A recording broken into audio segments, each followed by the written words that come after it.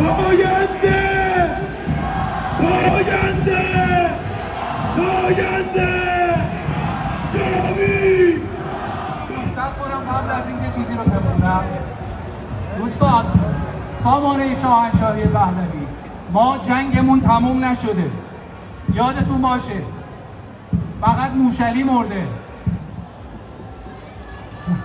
تا شاهنشاهی پهلوی از توی اون صندوق نیاد بیرون، برای حکومت آتی ما نفس راحت نباید بکشیم، باید جنگمون رو ادامه بدیم. خودمون میدونیم بالای 85 میلیون نفریم، پس باید پشت همدیگه باشیم برای رسیدن به اون. آهنگی که میخوام بخونم